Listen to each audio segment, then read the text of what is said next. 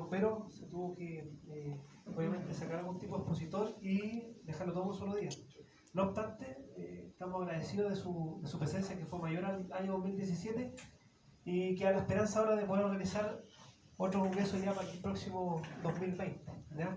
Con mejores condiciones de propagación, con más gente que haya obtenido su certificado, su diploma, pero que paga el almuerzo. Pero eso, ya, ¿puedo empezar? Bruno, bien breve, si en el futuro hay alguna complicación por tiempo, espacio y lugar, yo puedo coordinar con mi compañía de bomberos y ver también en Las Condes la posibilidad de... ¿En la 20? ¿Dónde queda? Sí, pues. ¿Cómo se ubica? Ya me hackeaste. ¿En Casa de Piedra? ¿Ah? ¿En Casa de Piedra? Sí. No. Ah, ya. Ya, vamos a empezar entonces. Esta última exposición va, más que nada, ustedes se van a dar cuenta a medida que vaya pasando las páginas, que más que nada es una invitación. Y nos vamos a dar cuenta que las operaciones portátiles, dentro de lo que marca los radioaficionados, han estado presentes desde los inicios de la radio, ¿ya? No solamente el tema de la radio significa tener una estación fija, que la tengo en la comodidad de mi casa, y que desde ahí yo exploro este hobby, sino que desde siempre han estado las operaciones portátiles. La imagen que escogí es del año 1960, fue más o menos el 23 de mayo de 1960. Como ustedes saben, el día 22 de mayo ocurrió el terremoto más grande que tiene registro, en este caso en la humanidad, que fue en Valdivia. Y la imagen corresponde a la Plaza Armas Ancud, donde yo soy oriundo, en Chiloé, y donde se posicionó una estación de radio aficionado. He dado vuelta, he preguntado quién era el radio aficionado, todavía no podemos saber quién es, el que puso esa estación portátil. Y fue muy importante porque desde ahí se pudo establecer el nivel de magnitud, porque siempre se conoció o se conoce ese terremoto como el terremoto de Valdivia, pero en sí las consecuencias más directas o las consecuencias más grandes no fueron en Valdivia, sino que fueron en Chiloé y todo lo que es la parte del canal de Chacao, lo que es Carmapu, Maullín, etc. No fue implementado, si no la implementaba ya al 67 BOG, al Mario Muro. Sí, no sé, ahí estamos haciendo los contactos. ¿Ya? Pero lo importante es, en esa mirada, es que ya nos remontamos a 1960, o sea, hace más de 60 años, que ya había una estación portátil que estaba haciendo radio. Y precisamente en lo que hablábamos en la mañana, de que todos los radioaficionados no tienen las mismas habilidades, o tal vez no se formaron dentro de las mismas demandas que existían en los radioaficionados. Los que se iniciaron a contar del año 2010, yo diría después del terremoto, prácticamente yo diría que en un 60, un 70%, 80%, nacen todas a raíz del terremoto de febrero, ¿cierto? Que nosotros, o los que son dexistas, los que son concurseros, no le hayan dado la orientación o le hayan mostrado al mundo del DX o del tema de los concursos, tal vez es una responsabilidad de nosotros mismos. Pero es una variante dentro de toda la gama de por así, subespecialidades dentro de la radio, ¿ya?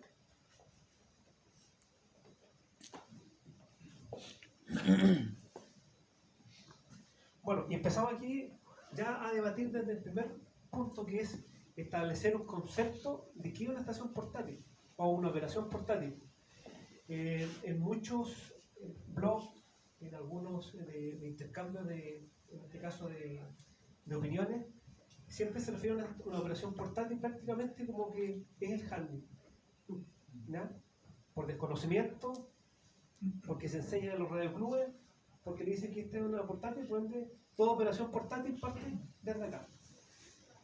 Como dice ahí la presentación, hay muchas interpretaciones, hay muchas variantes, pero nosotros hemos preparado, la organización del Congreso, tal vez una postura que espero que al final de la presentación lleguemos a un consenso y tal vez las podamos establecer y quizás puedan hacer otras variantes que puedan ser consideradas. Whisky 4 Alfa Lima Foxtrot, que es un radioaficionado de Estados Unidos, ¿Ya? Al- No, no, planeta. al- Que es un radioaficionado que es experimentado en lo que es el Field Day, ahí lo vamos a ver más adelante. Hasta le hicimos una operación portátil. Básicamente son las actividades que hace un radioaficionado fuera de su UTH, de su estación fija, que es donde tiene las comodidades, como decía anteriormente, pero con aquel equipamiento que permite hacer una transmisión o una operación eficiente. Más adelante vamos a conocer qué significa o qué podemos entender por eficiencia de una operación portátil, ¿ya? Por eso hay muchas interpretaciones y nosotros desde ahí tenemos que establecer qué es lo que tal vez aquí en nuestro país podamos entender por una operación eficiente, ¿ya? De aquí nacen todas las variantes, las operaciones portátiles. Esto que está aquí, nosotros no lo podemos dejar, tenemos que tomarlo de la mano, porque de aquí de las comunicaciones de emergencia pueden salir grandes diexistas. El problema es que el hecho de que ya haya una emergencia, para algunos lo dejan de lado de forma inmediata porque dicen, oh, son los que se juntan a las 7080, a las 7085, están 10 minutos, se van, dicen presente y se van. Pero tal vez lo que les falta, como me pasó a mí el año 2010 cuando yo me hice radioaficionado, que precisamente no fue por la emergencia, es que alguien me dijera, ojo viejo, que tú eres charlierta, tienes acceso a 40 metros, pero también puede ser de X, que están en los 28 megas. A mí nadie me lo dijo. Lo aprendí porque me metí y de repente escuché un alemán y fue mi primer contacto de X, en 10 metros. ¿Y qué pasó ahí? Emigré porque no me gustaba la emergencia, no me gustó que no me contestaran las tarjetas. Hablamos de tarjeta como un intercambio ideal que tiene uno para poder establecer, hoy hice un contacto con Colombia. ¿Por qué? Porque ahí me llegó la tarjeta y yo compruebo que hice un contacto. Pero, lamentablemente, el chileno o el radioaficionado chileno no tiene esa conducta. Yo puedo tener como estadística que el primer año de radioaficionado hice 85 tarjetas y del 85, el 10% me llegó. Y ahí también escuchaban antes lo de enriquecedor que significa un charlierta que le llega una tarjeta, porque también es el trofeo, y es lo que al final es la prueba, el testimonio de que se hizo el contacto. Pero lamentablemente el radioaficionado chileno no tiene esa conducta, o tal vez no tiene esa reciprocidad que significa contestar una tarjeta QSL. La primera tarjeta QSL que recibí fue del amigo Carlos Becker, Charlie Cosay, Uniform Foxtrot Foxtrot. Esa fue la primera tarjeta de Valdivia, ¿ya? Y de ahí llegaron 7 más y tuve que esperar el contacto con Alemania para que 15 días después me llegara la tarjeta alemana. Entonces dije, las posibilidades de que me llegue un retorno es más fácil en el extranjero que en mi propio país. Y así es lamentablemente. Por ende, el primer mensaje a los comunicadores de emergencia no hay que dejarlos fuera, hay que integrarlos y hay que tal vez mostrarles este camino, una variante. Yo estuve en Osorno 4 años y medio y ahí traté de incentivar el DX en un radio club que era netamente emergencia. Y no saben lo que me costó mostrarle cuánto se llama esta variante. Era el radio club Catástrofe de Emergencia Osorno. Así se llama el radio club. ¿Cómo? El radio club se llama Radio Club Catástrofes y Emergencias de Osorno. Pero había un problema. Sin perjuicio de que ellos nacieron por esto, que eran las catástrofes y la emergencia. Había un debate interno porque unos entraron por esto, pero cuando vieron lo otro, que eran los contactos a la distancia y lo que eran los concursos, le empezó a cambiar el bichito. Entonces el presidente como que empezó a mirar extraño. Está revolviendo el gallinero. Atornillando al revés. Bueno, ese amigo, ese Charlie Ecosei, Víctor Alfa, Claudio, lamentablemente ya no está entre nosotros, falleció el año pasado, yo le contaba en la mañana. Él me ayudó un día domingo a bajar la antena antes que yo me fuera, cuando fui con mi familia a vivir a Coyhaique. Y el día lunes del del día, o sea, al día siguiente, a las 6 de la mañana, murió de un infarto. ¿Ya?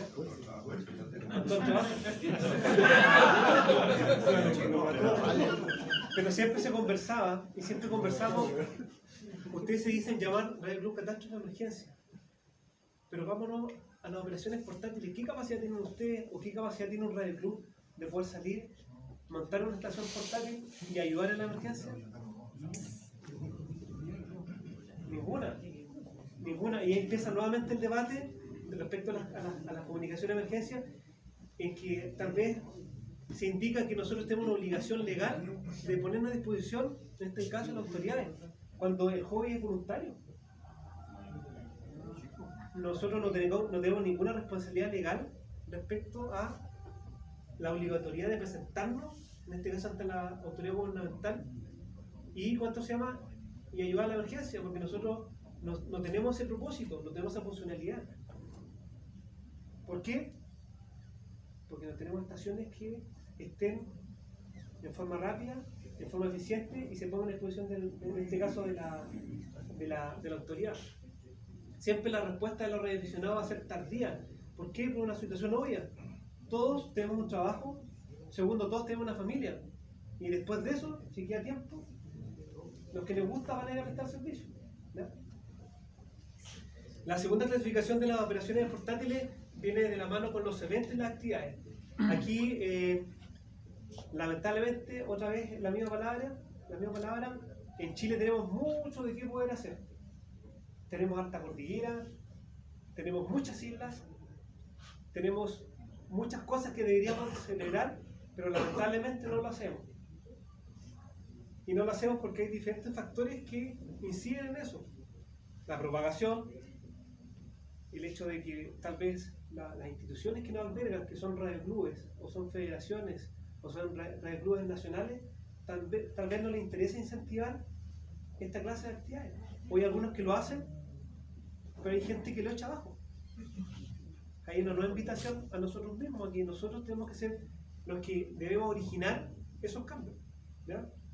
En algunas etapas, algunos periodos de tiempo, son unas instituciones, tienen su ciclo normal, y después son otras instituciones las que van formando y van atrayendo a otras personas a incentivar a hacer este tipo de actividades. Hace 5 años atrás era el Círculo de X Pacífico Chileno. En un tiempo después hemos visto a los Eternautas, que están presentes, ¿cierto? Les doy la bienvenida. Obviamente que sí. En otro tiempo, o los que están saliendo ahora, los vínculos, que también están haciendo un trabajo importante. Entonces, esto es cíclico. Los tiempos son instituciones, lo importante es que siempre se haga radio. Eso es lo importante. Después tenemos la Yankee Libre. Sí, Después tenemos las portátiles, que es la portátil que nosotros andamos trayendo en el recinto, que se establece como una operación portátil porque al final es un equipamiento que va conmigo y que está fuera de mi QTH. Y después todo lo que es el equipamiento móvil, lo que está establecido dentro de una aeronave, de un vehículo, de una embarcación. ¿Ya? Móvil aéreo, móvil marítimo.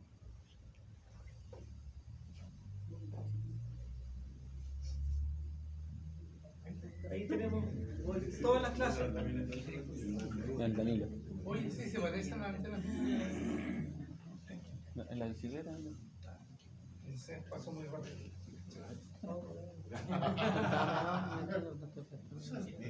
¿Quién lo es medio, perdón?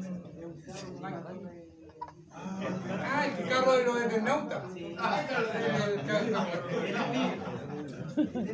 Ahora nos tenemos que hacer la pregunta, ¿por qué trabajar en portátil? En un tipo de operación portátil. Yo soy lector ahí del amigo Julio, que ha escrito en varias oportunidades respecto a lo interesante que resulta a veces salir de la comodidad de la casa y verificar en qué condiciones estamos para instalar una estación portátil, cuál es nuestro equipamiento, cuál es lo básico, cuáles son las antenas necesarias para poder hacer una operación portátil.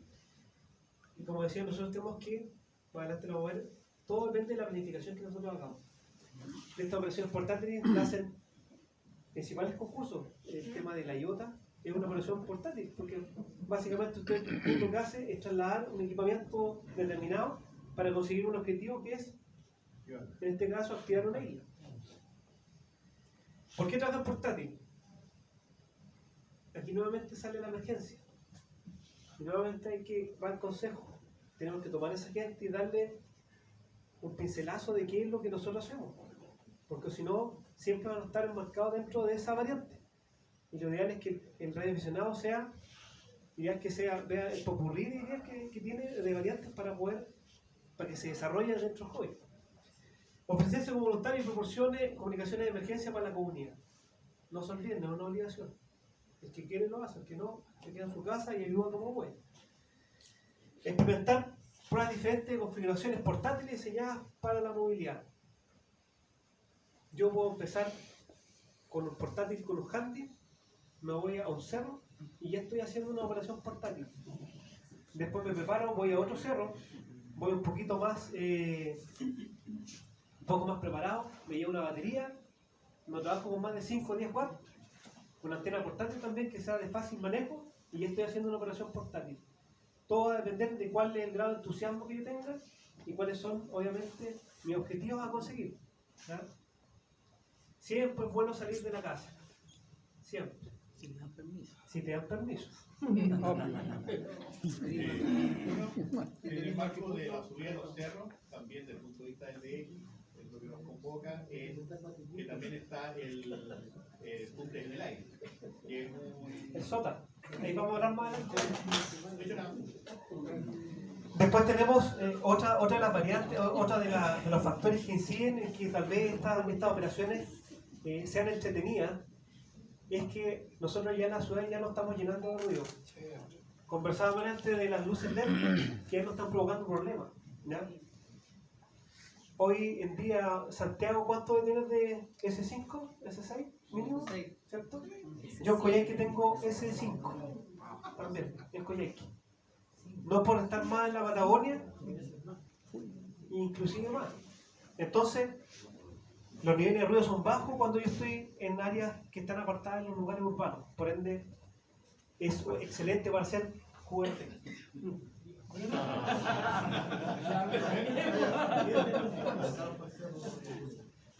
Te puedo interrumpir un minuto ahí en el punto anterior en el cual estás destacando que es bueno salir de la casa y poder combinar los pasatiempos. Mi experiencia actual es que yo no sé si yo soy de los 80, tengo un concepto diferente a lo que es la radiovisión y en el caso acá de Raúl y yo hemos podido combinar ya hace mucho tiempo el tema de emergencia y el DX, las dos cosas, ¿ya? Y parece que a los radioaficionados antiguos, más allá de la edad, la comodidad, les incomoda un poco poder hacer estos tipos de activaciones. Nosotros, en nuestro Radio Club, incentivamos las activaciones. Hubo una activación a principios de año que se llamó Faros de América, que implicó salir y tomarse un faro. No sé si lo conociste esa actividad. En febrero. Claro. Entonces, La semana latinoamericana de faro. Correcto. Entonces, esos faros implicó salir, acampar, tomarse un faro y transmitir 3 días y hacer los DX ya tanto a los mismos faros de la zona americana o podías tener comunicaciones con muchas personas, con muchos países, muchas entidades. Entonces, esos elementos de romper la comodidad del hogar, hoy día lo estoy viendo que cuesta mucho. No todas las personas pueden romper ese esquema. Si tú preguntas a nuestro grupo de radioaficionados, hoy día pueden poner una estación de emergencia ubicada a 50, 100 kilómetros de donde están ustedes. Nosotros decimos sí, dime dónde y yo te pongo la estación. Y tenemos una estación, ¿cierto? En HF, VHF, transmitiendo sin ningún problema, porque hemos adoptado esa combinación. Y yo creo que ese es el punto que cuesta, de que la comodidad del radio club, del grupo de radioaficionados, que salgan de su casa y hagan actividades sin haber una emergencia, tan solo decir, oye, activemos una plaza, activemos una isla, activemos un lugar X, de donde sea, y salimos transmitiendo ahí y vemos cómo nos va y todo eso. ha costado. Y eso es un punto pero esencial que tú tocas ahí en el detalle. Por eso va a depender efectivamente del tiempo que tengan los radioaficionados para darle al hobby. No todos tienen ese tiempo. Sobre todo aquí en Santiago, nosotros en un tiempo nos hicimos varias actividades en el círculo y necesitaban un día completo de preparación. No de pérdida de tiempo, pero sí de muy temprano, estar en la activación y después la retirada, ordenar, y eso era un día completo. Y lamentablemente por la vorágine que tiene hoy en día las personas, el fin de semana son los días son de familia, ¿ya? Sobre todo acá en la ciudad grande, eso tal vez se pierde un poco, ¿ya? Por lo menos yo en el sur lo que vi, lo que me tocó presenciar o hacer, era de hacer actividades siempre, ¿ya? Pero eso obviamente va variando respecto a las intenciones que tengan los radioaficionados. Hablamos de que estas actividades son ideales para hacer QRP, ¿ya? Porque no tienes ruido, tú necesitas una fuente de energía que en este caso que no te puedes llevar un generador, porque la idea, no sé, más adelante lo vamos a ver, sí se puede, pero si tú vas a subir a una cumbre, no puedes llevar un grupo electrónico. Entonces ahí va a ir de la mano de cuál es el objetivo que tú tengas como radioaficionado, ¿ya? Bueno, y esto es una habilidad. Es una habilidad que tú te puedas colocar en una cumbre que tiene 4.000 metros de altura y obviamente llevar el equipamiento necesario para tú poder hacer una operación eficiente, ¿ya? Y obviamente esto tiene que satisfacer tus objetivos, tus ideales. Para uno son las IOTA, que son las islas en el aire, otros son las SOTA, que son las cumbres, para otros es la emergencia, para otros es participar en un contest, para otros es activar una comuna, etcétera, etcétera, etcétera. Son diferentes tipos de aventura, ¿ya?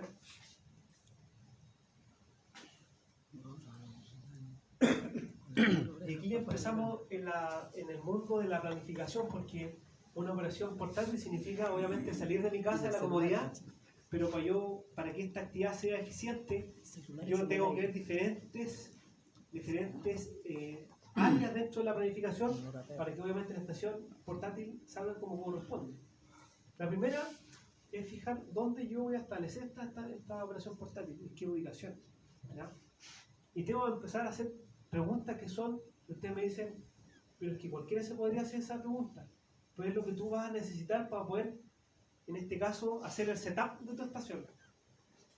Hay árboles para antenas, tengo que llevar, en este caso, algún tipo de monoposte, mástiles, hay sombra en mi estación, tengo un cerro que me tapa.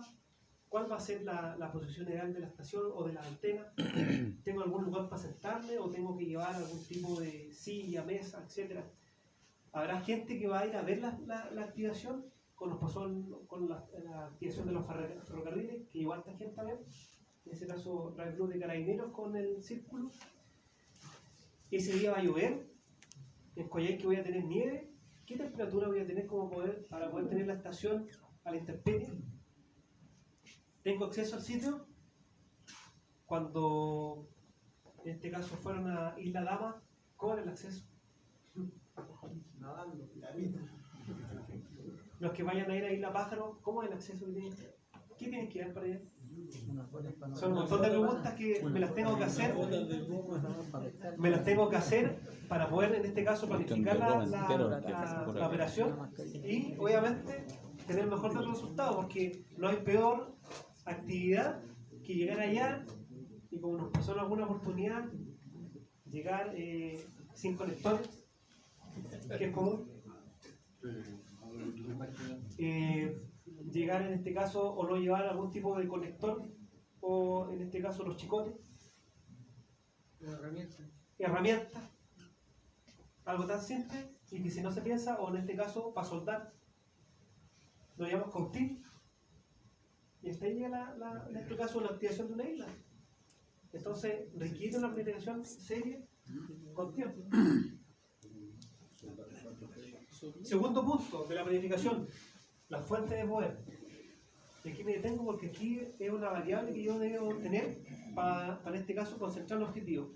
Si yo voy a subir en este caso al Cristo Redentor que está a 4.000 metros en los Andes, difícilmente hubiese podido llegar un grupo electrógeno pesado. Tiene que ser liviano, el tema de la antena. La fuente de la alimentación y la ubicación. Tendré que llevar una batería. ¿Qué tipo de batería? Necesitaré un generador. Si voy a Isla a Melinka, será necesario llevar un grupo electrógeno, tendré que llevar combustible, etcétera, etcétera. Tercera etapa de la planificación, el equipamiento. Hablamos de plataformas como aquel equipo transmisor que yo vaya a utilizar. Si es QRP, en un formato distinto, 5 watts. Si voy a trabajar en modo normal, hasta 100 watts. Y si le voy a poner más potencia, tendré que llevar un amplificador. Y eso obviamente va ajustando la carga y va haciendo más compleja la operación. ¿Qué potencia salida voy a utilizar en los equipos? Eso es importante también. Si yo llevo una batería, en este caso que son, hablemos de 100 amperes, 50 amperes, tendré que calcular cuánto tiempo yo voy a trabajar con esa batería y con qué potencia yo voy a salir. Porque si me pongo a trabajar con 100 watts, lo más probable es que la batería tenga una duración menor a la yo planificada. Y si voy a San Félix y llevo una pura batería, en una hora voy a quedar sin batería porque van a ser tantas las estaciones que van a andar ubicando, y por no planificar una fuente de alimentación que sea acorde a las condiciones en las cuales yo me voy a desarrollar, es importante y gravitante. No sé si podemos ir a San Félix una vez. Algún día. Algún día vamos a ir.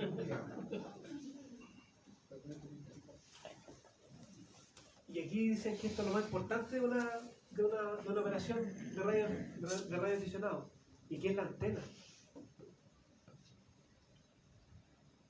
Para hacer una cumbre no puedo llevar una antena adicional, una THC que está vendiendo ahí el amigo, pásenla. Charlie Cotré, Sierra Tango Mike. No puedo llevar una antena grande. ¿Ya? No puedo llevar una antena de esas dimensiones. ¿Qué tipo de antena puedo usar? Monobanda, dipolo, direccional, monobanda, multibanda. ¿Qué apoyo le voy a colocar a la antena? Llevo un mástil. La voy a colocar entre árboles. ¿Hay árboles en el lugar? Volvemos al punto 1 de la ubicación. Necesito poner algún dipolo en un árbol, etc. ¿Ya? Entonces todo eso se consigue con la planificación. Te quería comentar una de las antenas que para estos efectos es bien útil, y hay varios amigos que ya la han usado, es la antena magnética. ¿Ya? Ahí lo vamos a ver. Ah, la tienes más adelante. Bien. Entonces aquí vamos a ahondar un poquito en el tema de los equipos de transmisión, y ya lo decíamos. Generalmente en Estados Unidos, no sé si el amigo Jim, hay varias variantes. Hablan del QRP como lo normal, ¿cierto? 5 watts, 1 watt. Y después del descanso nos encontré el concepto más apropiado para colocarlo, pero son los 100 watts común y corriente que da el equipo, ¿cierto? Y vamos viendo los pros y los contras dentro de una operación en terreno. Los pros del equipo con 100 watts es que más potencia, parafonía de X son ideales porque obviamente voy a encontrar estaciones que le va a ser más fácil, dependiendo de la propagación, que me encuentren. Los contras requieren una mayor fuente de energía. ¿Ya? La versión QRP del amigo Julio se define como la potencia entre 1 a 5 watts en forma aproximada, 10 watts. Los pros pueden lograr objetivos similares, ¿cierto?, a 100 watts, especialmente cuando hay que utilizar el modo de telegrafía. Ahí veíamos durante aquellas plataformas que nos ayudan a verificar cómo es el reporte que nos hacen o cómo lo están escuchando otras estaciones a nivel mundial. Y por eso es que la metodología, el objetivo de este congreso era tener todas estas plataformas o todos estos tips que necesita el radioaficionado como nosotros que nos gusta el tema de X, para después se vaya a su casa y se haya nutrido de un montón de información que va a tener que llegar a la vez para que vea cómo funciona. ¿Ya? Cambio de 5 watts a 100 watts, dice 13 decibeles, 2 unidades de SN al Smith. ¿Es así o no? Así es. Hay comportamiento y dependiendo de la propagación a veces puede ser hasta más. Obviamente todo va a depender si ¿cuánto se llama? La propagación apoya en este caso la propagación de nuestras ondas. Los contras no es un gran destructor de pila para X, se entiende eso como si tengo una estación que está transmitiendo con 1500 watts y es una estación que anda buscando escasas de X y yo me intento colocar sobre ella con 100 watts, obviamente que no me puede hacer el peso, es una cosa obvia, ¿ya? Pero a veces se puede dar un revés y lo más bien podría yo tomar una estación difícil. También depende de la habilidad de él.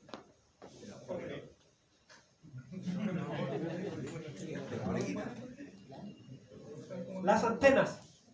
En las antenas hay varias posibilidades. Lo que sale más útil, hablemos para los chilenos, y que yo diría que en un 60-70% radioaficionados tienen este tipo de antenas, son las antenas de alambre, hablamos de los dipolos, la G5RD, la Carolina Whitman, que hablan puras maravillas, pero en sí, sáquenle ustedes ¿cuánto se llaman las posibilidades? Yo puedo tener, ¿cuánto se llama? Un equipo de 76D de Laico, pero si la tengo con un dipolo, en realidad no es, no puedo esperar la mayor eficiencia de esa estación, porque tienen que ser concordantes tanto el equipo como con la antena. Muchos radioaficionados antiguos sobre todo dicen que las antenas viene siendo casi el 80% de una estación.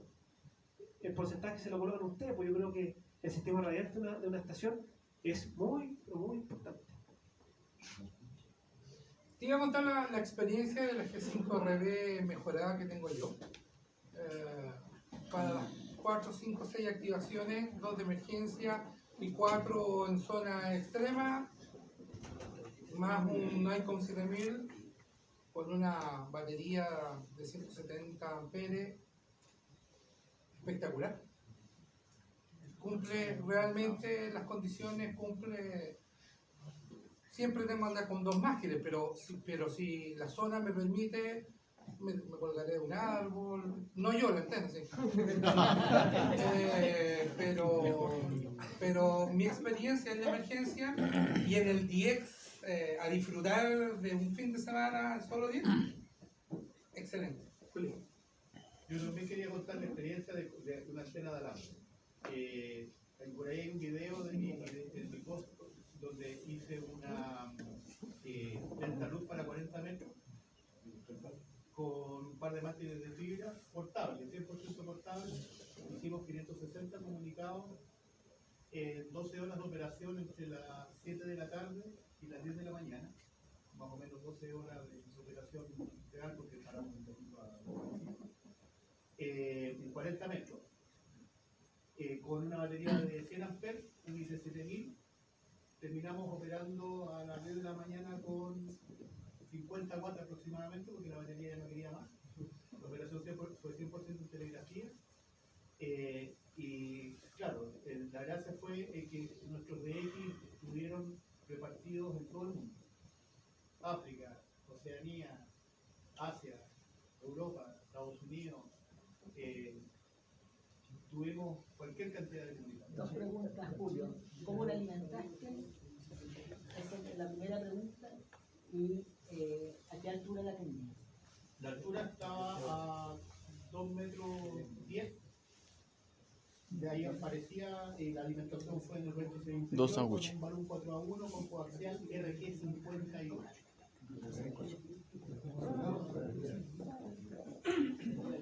Para no perder el hilo, lo que se pretende dentro de esta presentación, obviamente es mostrar la gama de antenas, pero no se dice de esta antena de alambre como que que puedan ser deficientes en tareas en terreno.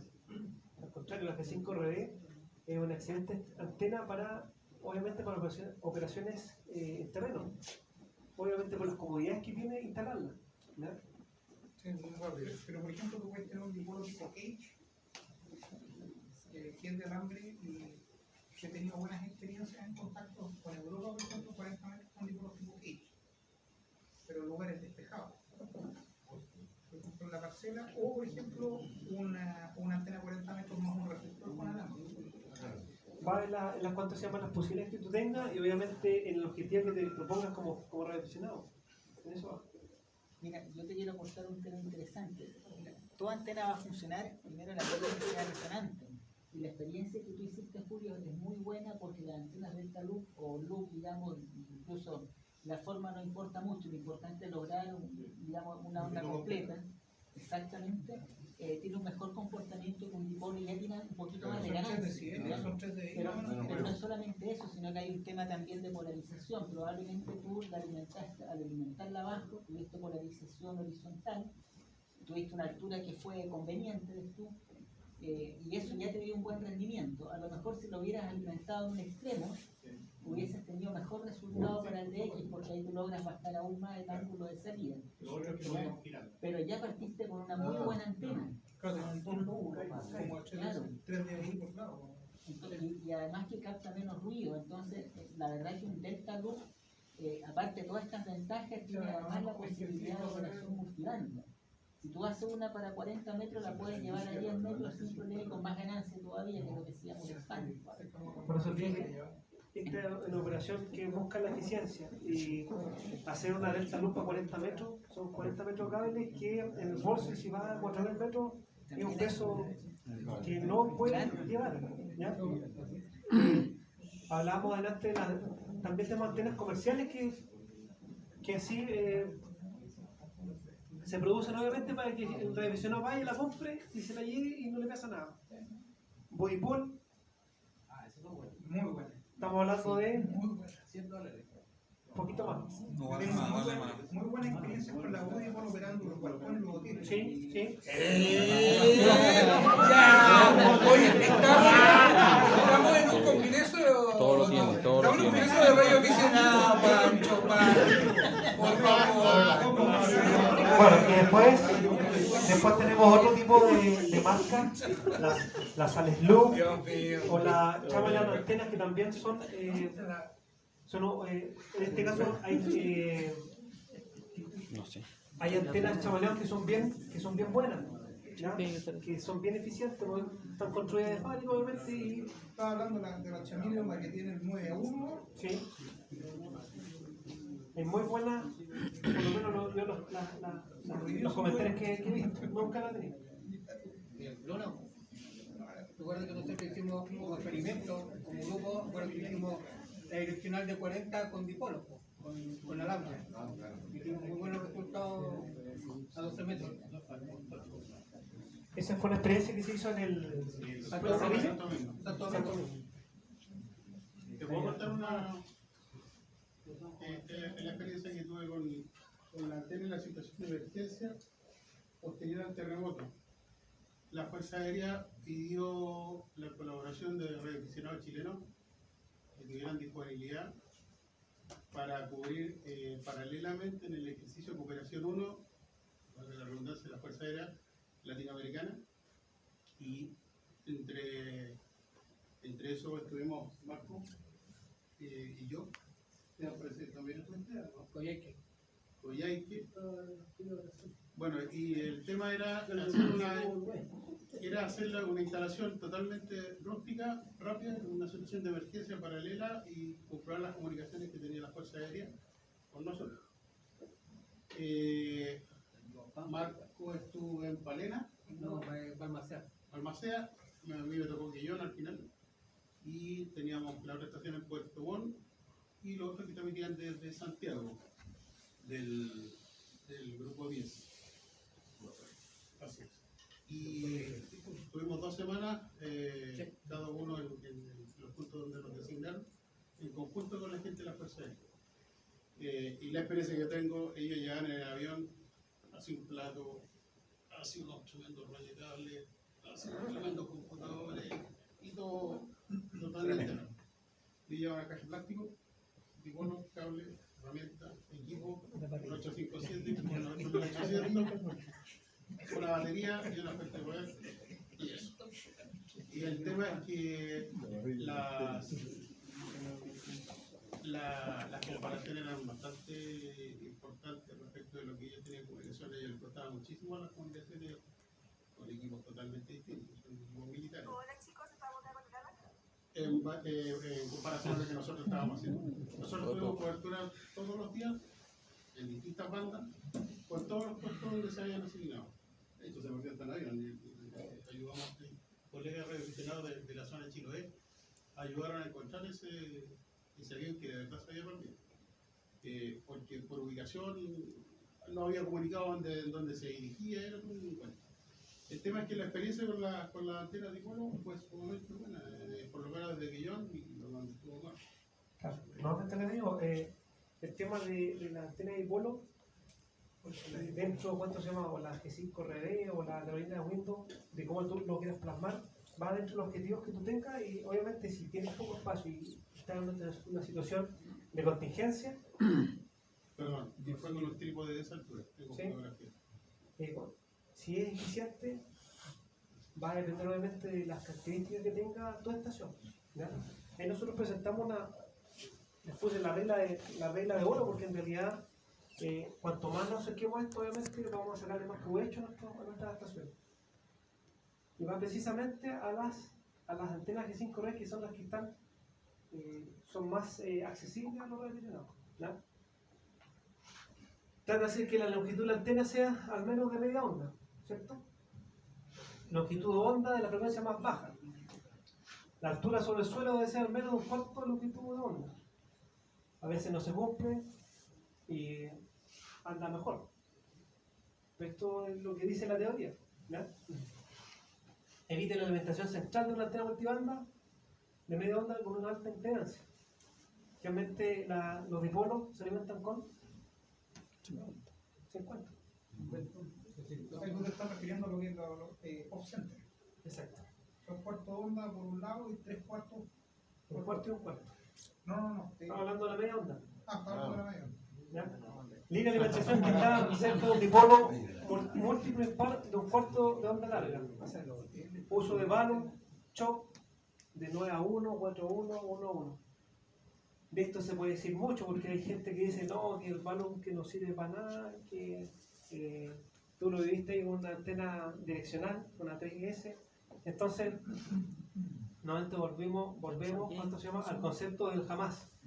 Dentro de nuestro hobby, el tema de la experimentación, tal vez a mí me funcionó con balón, a ti en Chillán la antena 13 no te funcionaba con balón, y La mía funciona con balón. y el ROE era disparado. Bruno, pero ahí hay un tema que es relevante, hay distintos tipos de balones y no son solamente en la relación 9 a 1, 4 a 1, sino que hay balones que son de corriente y otros de voltaje y en distintas configuraciones, entonces a lo mejor lo que le pasó al señor es que no usó el balón que correspondía, ¿ves tú? Y a veces hay balones más simples, como el simple rollo que funciona como choque de radiofrecuencia. Pero entre un balón y un RF8 choques son totalmente diferentes. Los funcionamientos son Claro, distintos, pero yo le di los al final- 50 ohms sin balón y sin RF8, que se los di directo. Una antena bien calibrada con el sintonizador de antena, con el analizador de antena, él me entregó la entre 1 a 1.3 en Mira, todas las bandas y hay los 50 ohms de súper diferencia. buen punto el que tocaste y hay que tener dos cosas son súper importantes. Primero, la impedancia de la antena es importante y hay que manejarla, ya porque eso es lo que te permite un ROE 1 a 1, 1 a 5, lo que tú quieras, digamos. Pero más relevante que el ROE es que la antena esté en resonancia. Correcto, no ¿Te necesariamente fijas? tiene que ser 1 a 1 Entonces, para tener una a lo buena mejor, resonancia. Exactamente, Estamos de tú acuerdo. puedes tener un 1.5 y está en resonancia No, pero y ahí vas a tenía tener la máxima su eficiencia. impedancia y su rueda como corresponde, pero sin el balón en este caso. A lo mejor tenías razón tú que no era el apropiado para dicha antena. Ese es el tema. Ujú, Entonces, buen punto. el tema de los balones es un tema que es delicado y hay mucha Era teoría. Walmart.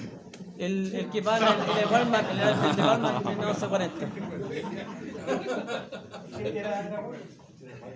Bueno, y ahí en pantalla tenemos diferentes configuraciones de la antena de dipolo. Como lo quieran colocar, está en un mástil, está en formato slooper, con la alimentación central, Y el Walmart es para dipolar. En las expediciones ahora se está utilizando mucho todo lo que es la antena en los expedicionarios se me ayudan, que van en mástil y la colocan cerca al mar, muy cerca al mar. Los reflectores del mar como reflectores. La BBA. La BBA. Exactamente, la de. Vertical Dipole. Y tampoco no tiene ninguna, es súper simple la antena. Y dicen por ahí que es más eficiente que una direccional, no sé qué tan así será. Al lado del mar, pequeño, Sí. al lado del mar.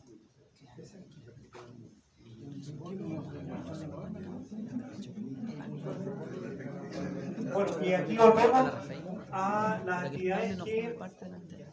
que en otros países se hacen y la verdad es que tienen muy buenos resultados. El Field Day en Estados Unidos, que es ahora en junio en Estados Unidos, antes nosotros se decía, ¿cuánto se llama? Que los radioaficionados de Estados Unidos se habían preparado para el eclipse solar del año 2017 y armaron toda una fiesta. Pues esta fiesta se hace todos los años en Estados Unidos. No sé si tú, Jim, pudiste participar en esta actividad. Sí, allá y aquí también. El Radio Club de New York hizo como 5 años atrás, no participó casi nadie. Es que ahí está el problema. Ahí está el problema porque tal vez no lo incentivamos. Ese es el tema. No está incentivado, no está dentro de la. Ayer los tonos.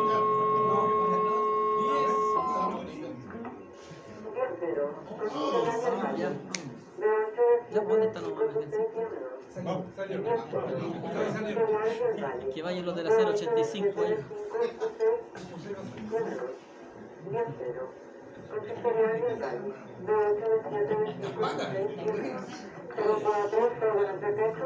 Era el rosario completo. Field Day es una actividad súper grande, alberga más de 35.000 radioaficionados, gente que se prepara para hacer obviamente operaciones portátiles y no solamente de contacto a larga distancia, sino que también se meten los que les gusta la emergencia, los que les gusta, ¿cuánto se llama? Hacer actividad al aire libre. El Field Day de Estados Unidos, la razón de ser y su nacimiento tiene que ver justamente de preparación de los radioaficionados para las emergencias. Ese es su objetivo, de que verificar de que cada una de las estaciones está preparada individualmente con su propia estación, su propia antena, su propio equipo, con su propio proceso de energía o como fuente de energía, lograr tener una comunicación eficiente, efectiva durante 48 horas. Es una salida de terreno. Es una salida de terreno. Y ese es el motivo por que se crea el Field Day de Estados Unidos. Ese es el objetivo que generó eso. Ese es el objetivo, como decía Julio. Y si ustedes se prueban todas las alternativas que yo tengo para hacer una estación portátil, desde grupo electrógeno, batería, QRP, 100 watts, todo tipo de antenas, todo importante para poder probar, ¿ya? Como decía anteriormente, es una actividad muy masiva. Hablamos de 35.000 radioaficionados que se ponen a prueba en esas 48 horas y verifican si realmente están en condiciones de poder afrontar una emergencia, ¿ya? Pero no solamente tenemos ese tipo de actividades, también podemos hacer terreno.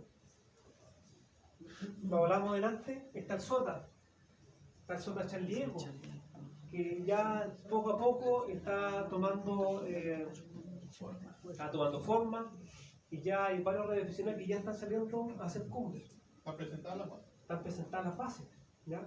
Entonces, al igual como lo que hace Radio Club Ñuñoa con el Field Day chilense, son actividades que nosotros tenemos que promover. Tenemos que promover estas actividades porque al final, ¿cuánto se llama? El Field Day es probarlo nosotros mismos. Bruno, para el SOTA, ¿qué altura mínima para el contacto? Yo no tengo muy clara la impresión que son por los cerros, ¿cierto? En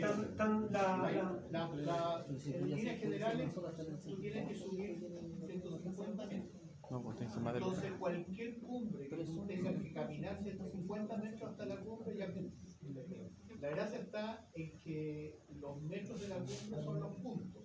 ¿Me entiendes? Entonces, si nosotros en Chile empezamos a participar y a activar el SOTA, claramente los puntos van a ser bastante más, porque el cerro más chico son 600, 800 metros. A diferencia de España, que son felices subiendo 350 metros. Que se compre muy fácil. O sea, yo voy a ir Bueno, y así como decíamos el SOTA, sin prejuicio de que yo tenga que subir a la cumbre a hacer radio, es una mezcla de lo que le gusta los montañismo, le gusta en este caso los paisajes, el senderismo, y muchos llegan a sus familias y hacen obviamente de la radiodifusión una actividad familiar. ¿Ya? Y la última que tengo preparada es la famosa IOTA o Israel All Day. En pantalla ahí los amigos de actividad de la xilófono Robamos Tango. ¿Qué año fue eso? ¿2014? 2014. Y que yo creo que es una de las actividades que más nosotros podríamos sacarle provecho acá en Chile. Y que tal vez, como se dice vulgarmente, son los mismos de siempre. Son los mismos siempre los que salen. Y lamentablemente tenemos que esperar que vengan estaciones o team internacionales que no vengan aquí a la gira, porque como nosotros no salimos. Pero ahí nuevamente está el tema de cuál es el tiempo que yo le puedo dar al joven. Y viene toda la planificación y toda una serie de gastos y obviamente los costos que yo tengo para poder absorber 86. ¿no? 86. Los matipuntos que nos faltan. También por los matipuntos. Hay que hacerlo. Entonces, ahí nos falta otras actividades que son el tema de los faros.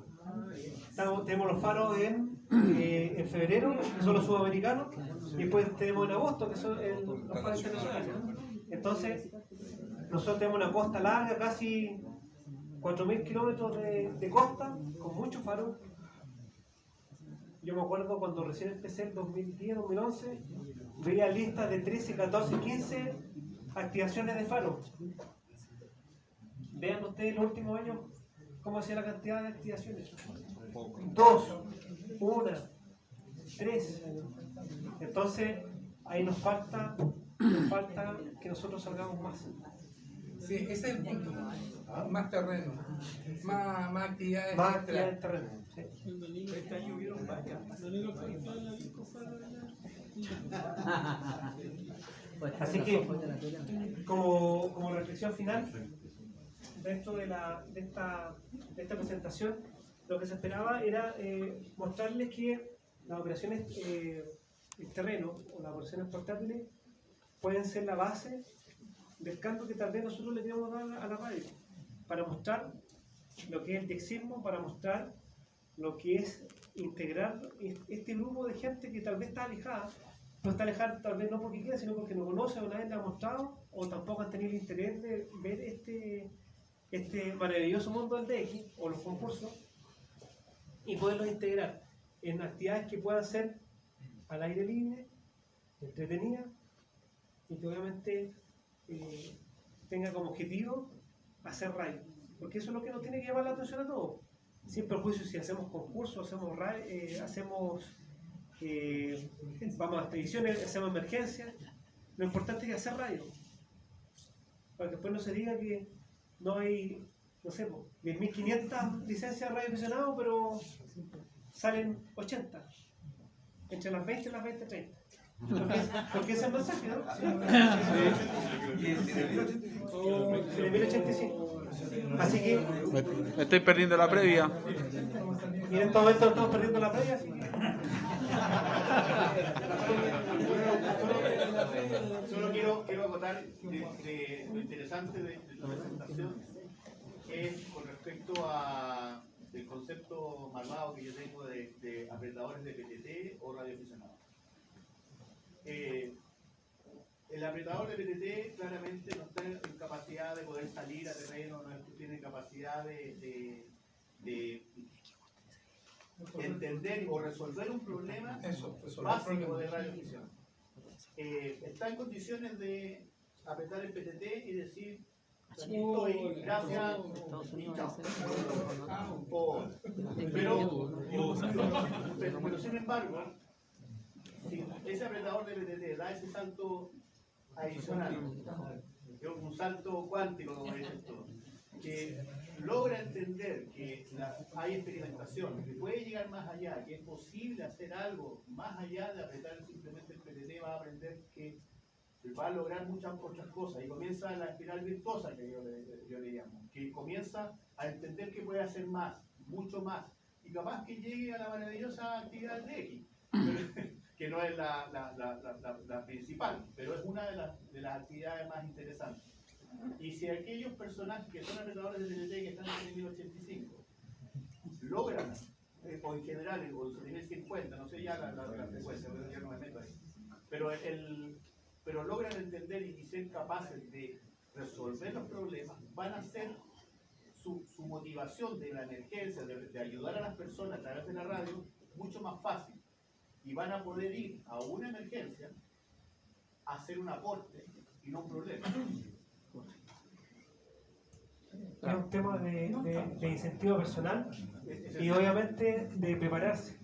Nosotros aquí durante el día hemos visto una serie de plataformas de ¿cuánto se llama? De páginas web que nos entregan información, y eso es lo que nosotros ahora tenemos que aprovechar. Los que ya saben, este fue un refresh respecto a todo lo que ya sabían, y los que no saben tienen la misión ahora de llegar a sus casas en un tiempo más cercano y meterse y saber cómo funciona. Pero sí, como decía Julio, es el salto que tienen que dar aquellos que tenemos que pretender que ellos salten hacia un mundo donde tienen que retroalimentarse, tienen que capacitarse, porque no es fácil. Y ese salto les cuesta mucho. Así que... Disculpa, Bruno. Julio, creo que básicamente apuntas a lo esencial. Y no es por captarme de lo que estamos haciendo, pero nosotros estamos trabajando, y ese es mi conflicto en mi radio club, que soy muy franco, que me cuesta mover a los demás de su zona de comodidad. Si ellos hago el temblor y no se mueven, yo elegimos grupos y nosotros estamos dispuestos no solo al PTT y estar en la red, sino que si sabe que necesitamos a alguien aquí, necesitamos algo allá en una emergencia, vamos y tenemos la capacidad de poner una estación. Y si mañana queremos irnos a la playa o queremos irnos al campo y hacer una activación sin ni una emergencia, también lo tenemos. Ese es el punto. No, me voy a acusar después.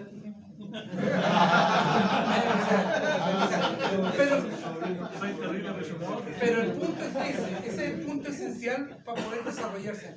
Creo que todo lo que he expuesto Bruno, y lo felicito porque ha sido preciso, conciso y ayudado a recordar. Mientras iba haciendo el análisis, íbamos pensando en nuestras actividades, que no se nos queden conectores, que los chicotes vayan, ¿cierto? Que vaya al toldo, dónde vamos, si se puede hacer una actividad programada, visitar antes, mucho mejor. Esos son los puntos, así que de mi parte... ¿Cuánto es el tiempo, Juan? Ya. Lo que pasa es que también nos sirve a nosotros, como parte del equipo de Rodrigo, de Radio Club, de las personas que nosotros estamos trabajando, que no estamos tan equivocados en el planteamiento que nosotros tenemos y las actividades que nosotros estamos desarrollando. Nos sirve como referente y analizar nuestra actividad y decir, vamos bien, vamos en el camino correcto, echémosle para adelante nomás y aquí todo lo que... Bueno, y para finalizar, estamos todos cansados. Una última cosa, no, disculpa. Oye, hablaron del XR2T, que es la Isla Dam. Solamente contarles que para esa planificación de esa expedición estuvimos 3 meses. Estuvimos 3 meses planificando. Y planificación fue bastante, y lo suficiente como para que no nos faltara nada ni nos sobrara nada. Estamos hablando de que el gas para la cocina, justo. El combustible para los generadores, justo. El combustible para la lancha que está a 7x24 para casos de emergencia, justo. Absolutamente todo en condiciones completamente. Y fíjate de que el costo por persona en esa expedición, la estadía en la isla, con la lancha, con comida y todo, fue de 76.800 pesos por persona. A